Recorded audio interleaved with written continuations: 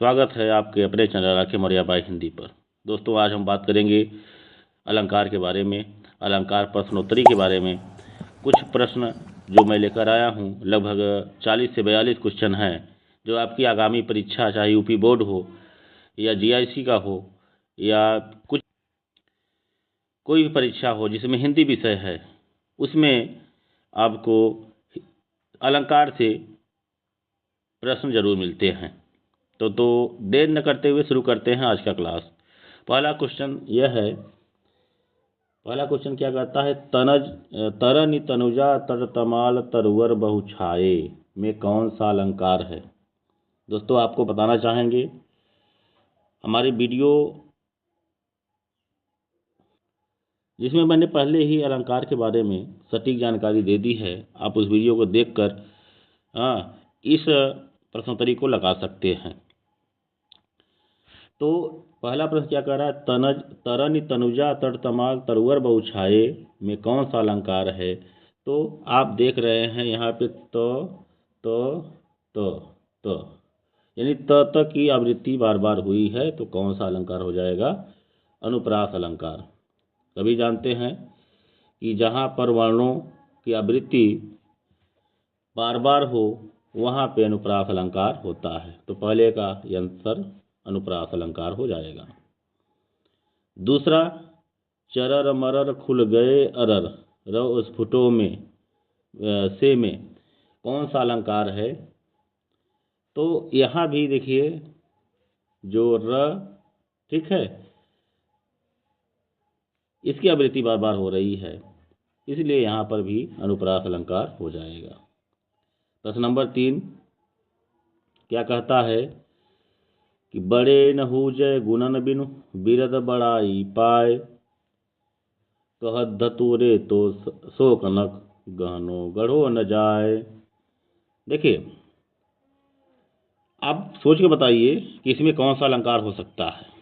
Option है अतिशयोक्ति अलंकार, प्रतिवस्तुपमा अलंकार, अर्थारंत न्यास अलंकार या विरोधाभास अलंकार। सोच के बताइए।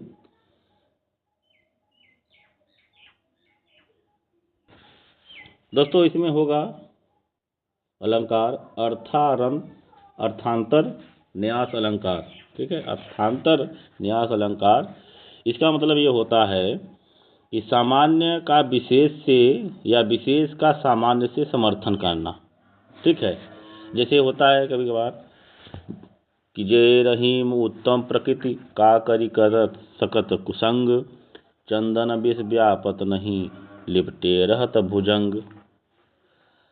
ठीक है, तो इस प्रकार यानी सामान्य का विशेष से समर्थन कहा क्या गया। कभी रहीमदास ने कहा इसमें, जो व्यक्ति उत्तम प्रकृति का होता है उसका कोई भी कुसंग कुछ नहीं कर सकता। जिस प्रकार से चंदन के वृक्ष में लिपटे हुए सर्प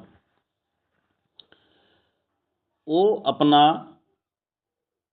विष जो है चंदन को नहीं दे पाते, उसी प्रकार से मतलब इस प्रकार से अगर अर्थ किसी का आएगा तो वहाँ पर होगा अर्थांतर न्यास अलंकार। अर्थांतर न्यास अलंकार। आगे बढ़ते हैं।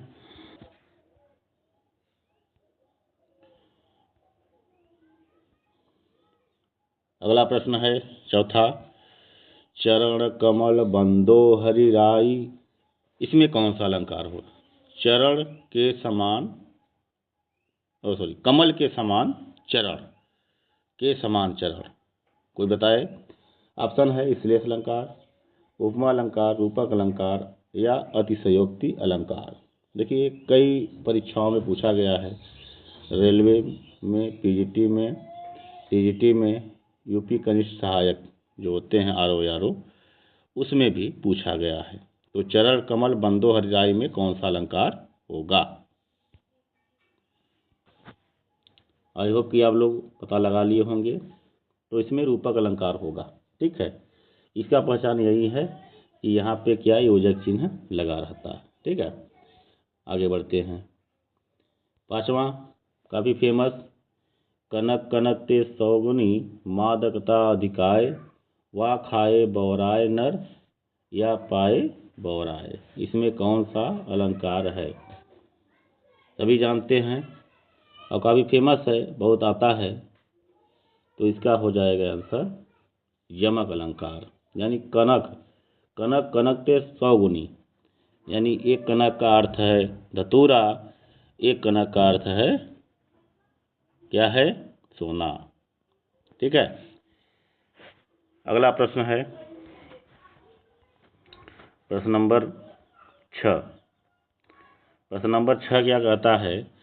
नवल सुंदर श्याम शरीर, नवल सुंदर श्याम शरीर।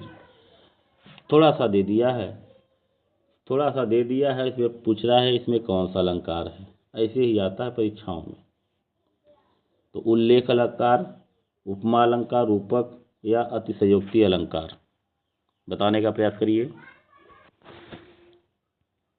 तो इसमें अलंकार हो जाएगा उल्लेख अलंकार। कौन सा अलंकार होगा?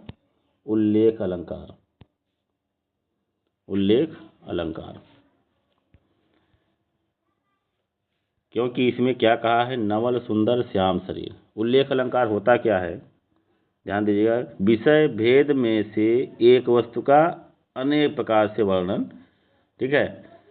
जैसे कि उदाहरण है, उसके मुंह को कोई कमल कोई चंद्र कहता है। यानी नवल सुंदर श्याम शरीर, कोई श्याम कहता है, कोई कृष्ण कहता है। जाकी रही भावना जैसी, प्रभु मूरत देखी तिन तैसी। देखहि भूप महारणधीरा, मनहु वीर रस धरे शरीरा। डरे कुटिल नृप प्रभु ही निहारी, मनहु भयानक मूर्ति भारी। ठीक है। कहने का मतलब यह है कि एक ही विषय भेद से एक वस्तु का अनेक प्रकार से वर्णन जहाँ पे मिलता है वहीं होता है उल्लेख अलंकार। आगे बढ़ते हैं। 7वां प्रश्न क्या कहता है? दिवसावसान का समय, मेघमय आसमान से उतर रही है। वह संध्या सुंदर परी सी, धीरे धीरे धीरे। तो प्रस्तुत पंक्तियों में कौन सा अलंकार है? ऑप्शन है उपमा अलंकार, रूपक अलंकार, मानवीकरण अलंकार, यानी इनमें से कोई नहीं। बताने का प्रयास करिए। अब लोग जान गए होंगे। देखिए, सम सा सी, ये जो शब्द हैं अगर किसी कविता में आ गए तो वहाँ पे हो जाता है उपमा अलंकार। आगे बढ़ते हैं। 3 बेर खाती थी वे 3 बेर खाती हैं। इसमें कौन सा अलंकार होगा? 3 बेर खाती थी वे 3 बेर खाती हैं में कौन सा अलंकार होगा? अनुप्रास अलंकार, श्लेष, यमक अलंकार या अनियोक्ति अलंकार? आप लोग जान गए होंगे कौन सा अलंकार होगा। तो 3 बेर खाती थी वे, अब 3 बेर खाती हैं। ठीक है। ये हमारा अलंकार है। यहाँ बेर का मतलब बार, यानी उतनी बार खाती थी, 3 बार खाती थी। और अब क्या है? 3 बेर खाती है, यानी 3 बैर खाती। बेर एक फल होता है, वही बस खाती है। आगे 9वां प्रश्न है। अब अली रही गुलाब में, अपत कटीली डार में। ठीक है। अब अली रही गुलाब में, अपत कटीली डार में। इसमें कौन सा अलंकार होगा? ऑप्शन है उपमा अलंकार, उत्प्रेक्षा अलंकार, अनियोक्ति अलंकार या अतिशयोक्ति अलंकार। तो यहाँ पे हो जाएगा ऑप्शन ए सी सही होगा, अनियोक्ति अलंकार। अनियोक्ति अलंकार होता क्या है? अनियोक्ति अलंकार को अप्रस्तुत प्रशंसा भी कहते हैं, जिसमें क्या होता है कि समासोक्ति का उल्टा, यानी अप्रस्तुत प्रतीकों के माध्यम से प्रस्तुत का वर्णन जहाँ पे हो वहीं पे होता है अनियोक्ति अलंकार। इसीलिए क्या कहा गया कि जो ये अब अली रही गुलाब में अपत कटीली डार में, अगर हम इसको पूरा पढ़ें तो क्या होता है कि नहीं पराग नहीं मधुर मधुर, मधुर मधुर नहीं विकास इह काल, अली कली ही सो बिंधो आगे कौन हवाल। बिहारी जी की कविता है। इसमें क्या कहा गया कि नहीं पराग नहीं मधुर मधु, मधुर मधु, यहाँ भ्रमर यानी भंवरा और कली का प्रसंग अप्रस्तुत विधान के रूप में बताया गया, जिसके माध्यम से राजा जय सिंह को सचेत किया गया था। उस समय रचना की गई थी कि अब अली रही गुलाब में अपत कटीली डार में। ठीक है, तो कुल मिला के यहाँ पे होगा अनियोक्ति अलंकार। होता क्या है, यानी अप्रस्तुत प्रतीकों के माध्यम से प्रस्तुत का वर्णन। अगला प्रश्न 10वां प्रश्न क्या कहता है, अति मलिन वृषभानु कुमारी, अधोमुख रहती उधर नहीं चितवत, ज्यों गत हारे थकित जुआरी, छूटे चिहुर बदन कुमिलानो, जो नलिनी हिमकर की मारी। इसमें कौन सा अलंकार होगा? ऑप्शन है, ऑप्शन क्या कहता है कि अनुप्रास अलंकार, उत्प्रेक्षा अलंकार, रूपक अलंकार या उपमा अलंकार। बताने का प्रयास करिए। तो इसमें कौन सा अलंकार होगा? इसमें हो जाएगा अलंकार, बताइए, उपमा अलंकार। कौन सा अलंकार होगा? उपमा अलंकार। तो यहाँ पे ज्यों ज्यों ये शब्द आया है ना, तो ये ध्यान रखना है। सटीक बताया गया है वीडियो में, आप वीडियो को देख सकते हैं कि हमें अलंकार पहचानना कैसे है। अभी मैं जो कह रहा था कि 11वें प्रश्न में कि नहीं पराग नहीं मधुर मधु, नहीं विकास ही काल, अली कली ही सो व्यंधो आगे कौन हवाल। यहाँ पे कौन सा अलंकार अभी बता दिए हैं? अनियोक्ति अलंकार। आगे बढ़ते हैं। कबीरा सोई पीर है, जे जाने पर पीर, जे पर पीर न जाने तो काफिर बेपीर। इसमें कौन सा अलंकार होगा? यमक अलंकार, रूपक अलंकार, पुनरुक्ति या श्लेष अलंकार। ध्यान से पढ़िए। कहा क्या है? कबीरा सोई पीर है, जे जाने पर पीर, जे पर पीर न जाने सो काफिर बेपीर। बताने का प्रयास करिए। ऑप्शन यमक, रूपक, पुनरुक्ति और श्लेष।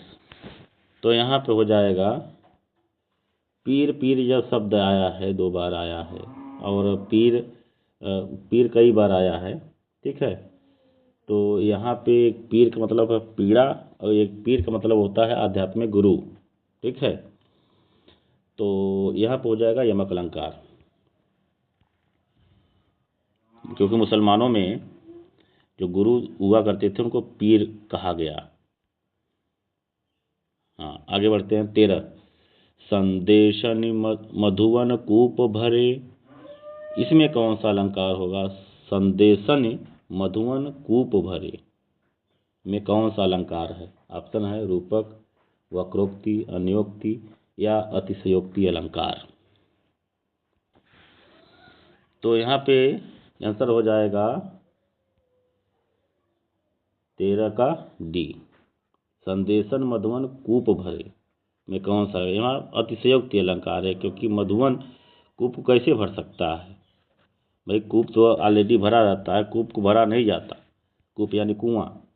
14 है पटपीत मानहु तड़ित रुचि, सुचि नयमि जनक सुतावरम में कौन सा अलंकार है?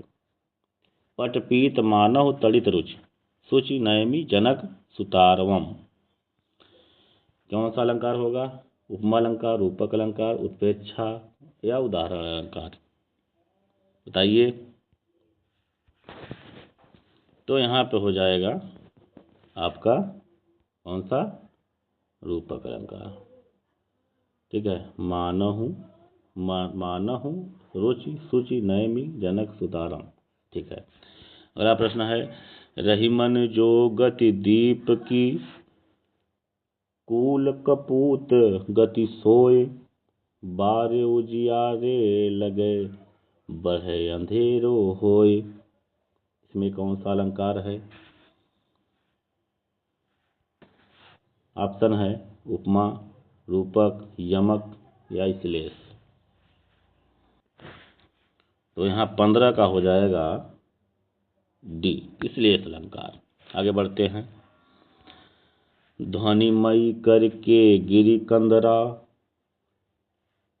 कलित कानन के लिख निकुंज को, कलित कानन केल निकुंज को। इसमें कौन सा अलंकार है? छेकानुप्रास, वृत्यानुप्रास, लाटानुप्रास या यमक अलंकार।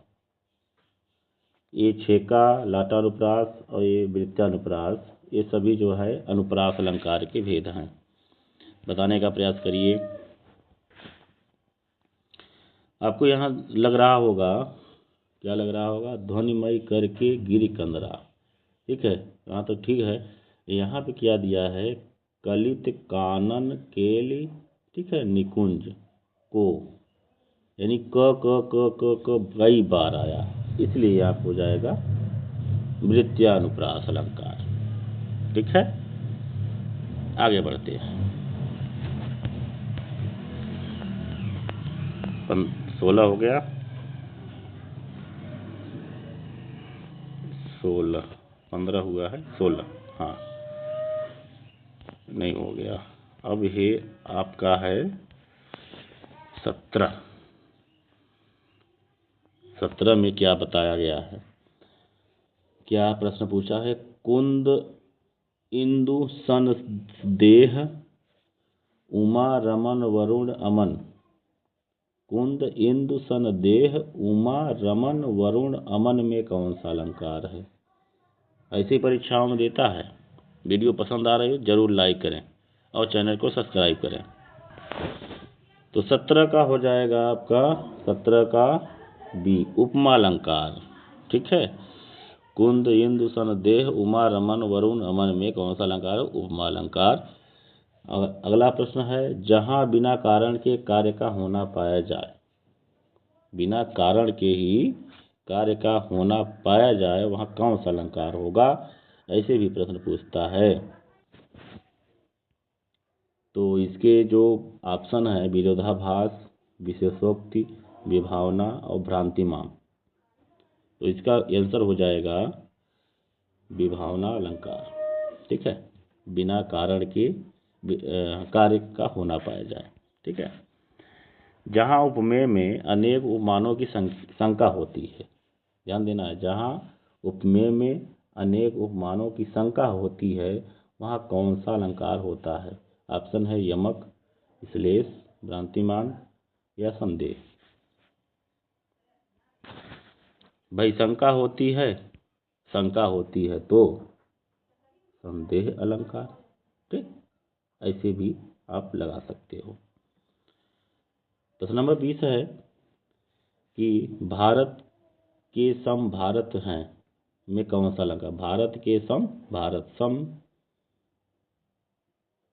ध्यान देना है, सम कौन सा अलंकार? रूपक, अन्वय, अनन्वय, उपमा या यमक। बताइए, बहुत सरल। तो यहाँ पे उत्तर हो जाएगा, उत्तर हो जाएगा अनन्वयन अलंकार। अब ये अनन्वय अलंकार क्या होता है, ध्यान सुनिएगा। ऐसे आता है कि मुख मुख ही सा है। ठीक है,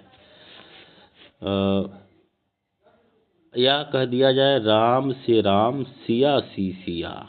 मतलब ऐसा शब्द आए कि भारत के सम भारत है, माने भारत के जैसा भारत है। कहने का मतलब यह है कि एक ही वस्तु को उपमेय और उपमान दोनों कहना, उपमेय और उपमान दोनों कहना, यानी जब उपमेय की समता देने के लिए कोई उपमान नहीं होता, कहा जाता है कि उसके समान वही है, तब यहाँ पर होता है अनन्वय अलंकार। ठीक है, आगे बढ़ते हैं। पूत कपूत तो क्यों धन संचय, किस है कि पूत कपूत तो क्यों धन संचय, पूत सपूत तो क्यों धन संचय, कौन सा अलंकार होगा। अब देखिए सभी अनुप्रास अलंकार के प्रकार बताए गए हैं, तो इसमें छेकानुप्रास होगा या लाटानुप्रास होगा या वृत्तानुप्रास हो गया, अंत्यानुप्रास होगा। वृत्तानुप्रास तो नहीं होगा, निश्चय वाला तो नहीं होगा, बाकी तीन बताइए। तो हो जाएगा यहाँ पे बी उत्तर। ठीक है, जहाँ एक ही पंक्ति दूसरी बार दोहराई जाए वहाँ पे लाटानुप्रास होता है। प्रश्न नंबर 22, उसी तपस्वी से लंबे थे देवदार के दो चार खड़े, इस पंक्ति में कौन सा अलंकार है। उसी तपस्वी से लंबे थे देवदार के दो चार खड़े, अनुप्रास, प्रतीप, रूपक या यमक अलंकार। 22, तो यहाँ पे हो जाएगा, क्या होगा, प्रतीप अलंकार। ठीक है, क्यों, क्योंकि प्रतीप अलंकार क्या होता है, उपमा का उल्टा, यानी प्रसिद्ध उपमान को उपमेय बना देना। जैसे मुख सा चंद्र है, ठीक है, यानी मुख सा चंद्र है, मुख मुख क्या हो गया, उपमान हो गया, और चंद्र क्या हो गया, उपमेय।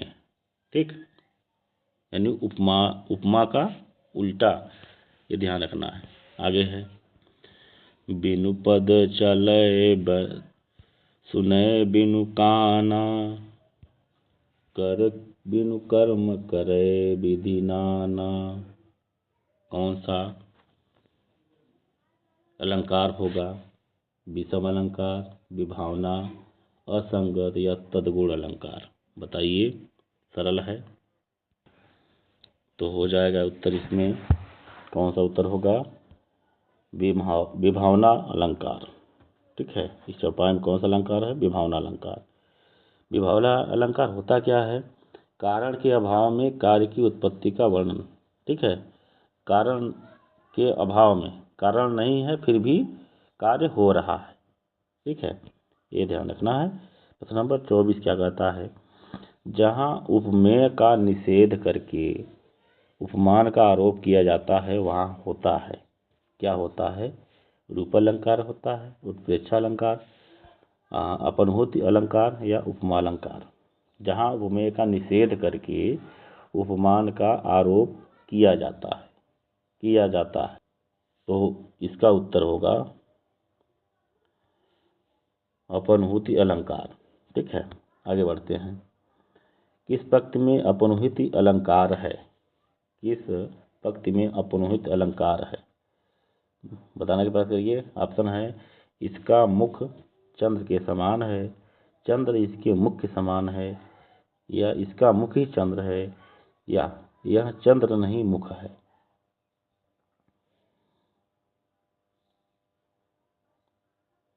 बताने का प्रयास करिए।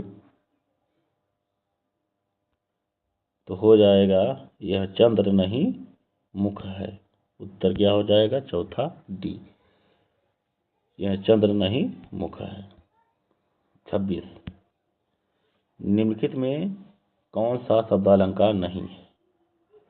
अब यह देखिए पूछा है शब्दालंकार, इसमें से कौन सा नहीं है। श्लेष अलंकार, विवक्षा अलंकार, उपमा या वक्रोक्ति। मैंने शब्दालंकार को याद करने का ट्रिक बताया था, अवश्य, क्या लिखा था, अवश्य। ठीक है, अ फॉर अनुप्रास, व फॉर विवक्षा, आधा सफा इसलिए, और यह फॉर क्या बोले, यमक अलंकार। इसमें कौन सा नहीं है भाई, श्लेष है, विवक्षा भी है, ठीक है, वक्रोक्ति भी है, उपमा नहीं है, यानी शब्दालंकार ये नहीं है, बल्कि ये अर्थालंकार है। तो आंसर क्या हो जाएगा, आंसर हो जाएगा उपमा अलंकार। 27 प्रश्न क्या कहता है, कहता है कि यादों के बिंब में ये सुनहरे हैं, शिखरों पर केतु सदृश फहरे हैं। उपयुक्त पंक्तियों में कौन सा अलंकार होगा। तो रूपक होगा, उपमा होगा, उत्प्रेक्षा होगा या श्लेष अलंकार होगा। 27 का बताने का प्रयास करिए। तो 27 का हो जाएगा उपमा अलंकार। कौन सा हो जाएगा? उपमा अलंकार। ठीक, आगे बढ़ते हैं। अंबर पनघट में डुबो रही, तारा घट उषा नागर। इसमें कौन सा अलंकार है ये पूछा है। रूपक, उत्प्रेक्षा, उपमा या अन्योक्ति अलंकार। तारा घट उषा नागर, तो रूपक अलंकार हो जाएगा। इसमें कौन सा अलंकार होगा? रूपक अलंकार। ठीक, आगे बढ़ते हैं। आगे नदियाँ पड़ी अपार, घोड़ा उतरे घोड़ा कैसे उतरे पार। राणा ने देखा इस पार, तब तक चेतक था उस पार। इसमें कौन सा अलंकार होगा? उत्प्रेक्षा, अनुप्रास, अतिशयोक्ति या उपमा अलंकार। बताने का प्रयास करिए भाई। इसमें बड़ी बड़ी बातें बोल रहे हैं कि नदियाँ, आगे नदियाँ बड़ी अपार, घोड़ा उतरे कैसे पार। राणा ने देखा इस पार, तब तक चेतक था उस पार। भाई ये तो बड़ी बड़ी बातें कर रहे हैं कि उनके पलक झपकते ही घोड़ा नदी के उस पार चला गया। तो यहाँ पर हो जाएगा अतिशयोक्ति अलंकार, जहाँ पर बढ़ा चढ़ाकर बातें कही जाए। अगला प्रश्न है प्रश्न नंबर 30। क्या कहता है? मिलान है